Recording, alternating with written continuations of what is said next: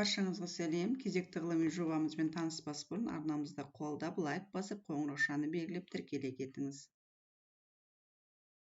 Шоколад пайдалы ма, зиян ба атты жобамызбен танысамыз.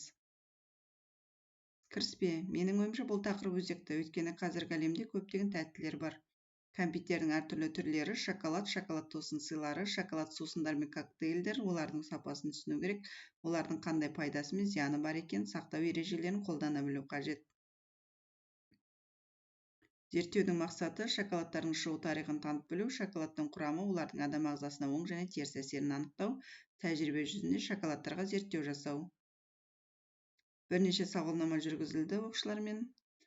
Сізге шоколад ұнайды ма деген сұраққа 95% ұнайтынын айтты.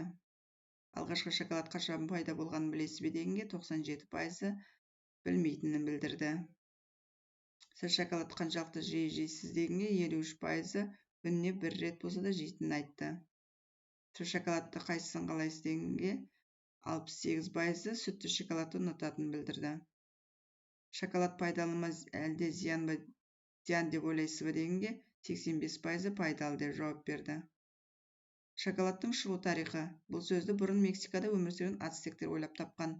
Шоколад какао жемістерін пайдаланып жасалған кондитерлік өнім. Шоколадтың тарихы шамамен 4000 жыл бұрын бізге жеткен папирустарда сипатталған мысырлық десерттерден басталды. Ежелгі майя мен ацтек тайпалары какаоның керемет қасиеттерін ашқан кезде әлем шоколад туралы біле бастады. Шоколад сөзі чоколатл сөзден шыққан, жемістері қиярға ұқсайтын, бірақ ащы дәмі бар ағаштарда өсетін какао бұршақтарынан жасалған ежелгі сусынның атауы.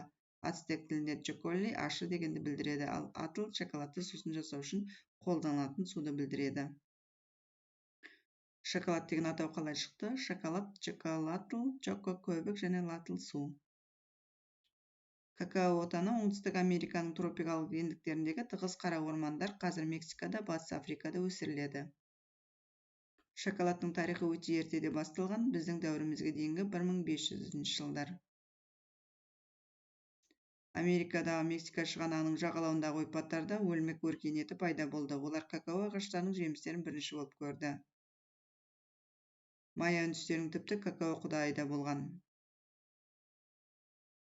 3000 жыл бұрын ғалымдардың пікірінше Мексиканың Американың халықтары ацтектер мен майялар какао ағашының жемістерін байқап көрген, соң оған бас ұра бастады. Олар бұл ағашты құдайлар әкелді деп сенді. Ғылымда бұл ағаш теоброма какао деп аталады. Ол үндістердің тілінен аударғанда какао құдайы сусыны дегенді білдіреді.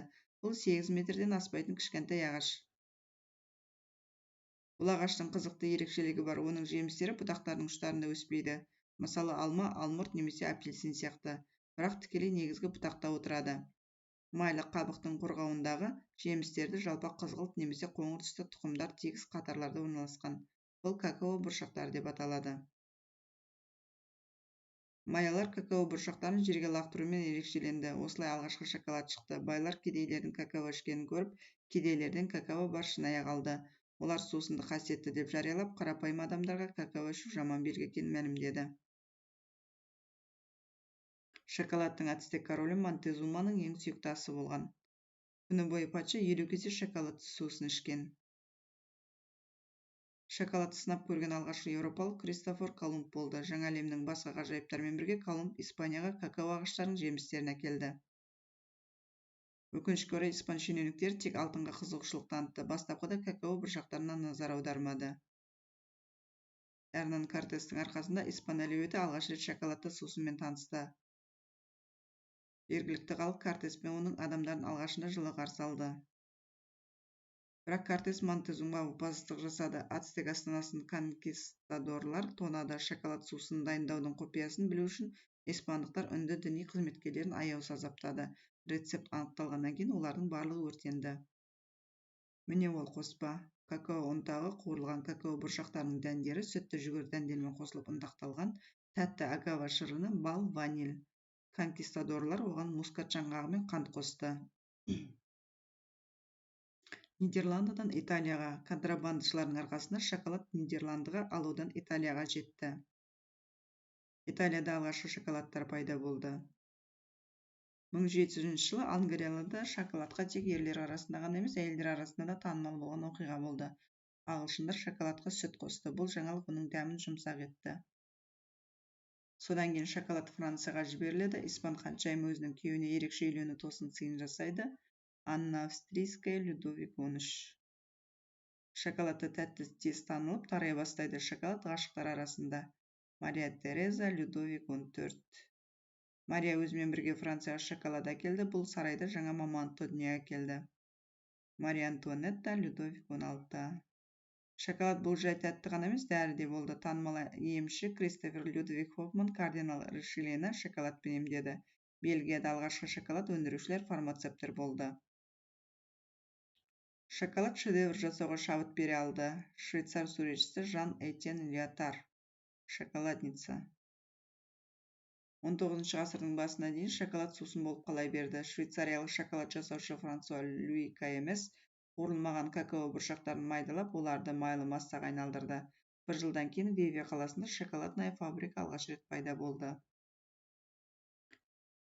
Алғашқы шоколад плиткасы қалай пайда болды? 1828 жыл голландиялық Конрад ван Хаутен таза какао майын алады. Соның арқасында шоколад қатты болып шықты.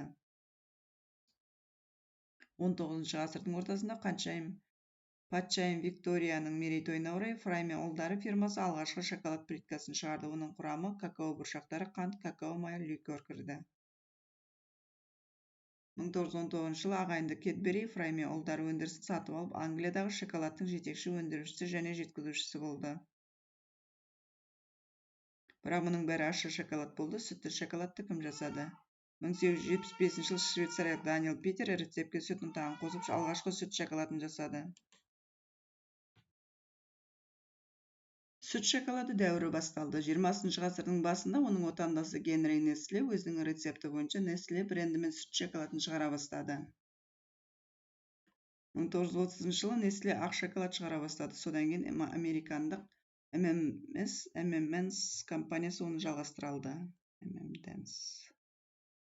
Катерина 18 ғасыр Франциско де Миранда, Латын Америкасының елшісі мен офицері, Ресейге шоколад сусынын қоспасына келді. 19 ғасырдың ортасында Мәскеуде алғашқы шоколад зауыттары ашылды. Олардың иелері шетелдіктер болды. Француз Адольф Сю, неміс Фердинанд фон Эйнем фабрикасының иесі. Шоколад немесе какао қорабында сіз арнайы жазылған әуендердің ноталарын таба аласыз. Шоколад Ресейде 1851 жылы пайда болды. Мәскеу қаласындағы Арбатта шоколад шығаратын Эйнем фабрикасы пайда болды. Қазіргі уақытта бұл әйгілі Қызыл Октябрь фабрикасы бірнеше ондаған түрлі шоколад сорттары өндірілетін Ресейдегі шоколад нарығының жетекшісі. Эйнем фирмасы қазір Қызыл Қазан деп аталады. Ал Қазақстанда шоколад өндіруден бірінші орында тұрған Рахат кондитерлік фабрикасы болып табылады. Шоколадтың негізгі бірнеше түрлері бар. Ащы шоколад какао майымен ұнтақталған какаодан және қант ұнтағынан жасалады. Ащы шоколадтың пайдасы ауыз толтырып айтарлықтай. Бұл десерт түрі кез келген адамға ұнай бермегенімен, бірақ оның құрамында қант аз болғандықтан және кілегей немесе сүт болмайтындықтан ең зиянсыз болып саналады. Ал көбісінің сүйіп жейтін тәттісі сүтті шоколад. Сүтті шоколадтың құрамында ащы шоколадқа қарағанда какао аз. Ол ұнтақталған какао мен қанттан, какао майымен, кілегей немесе сүттен жасалады.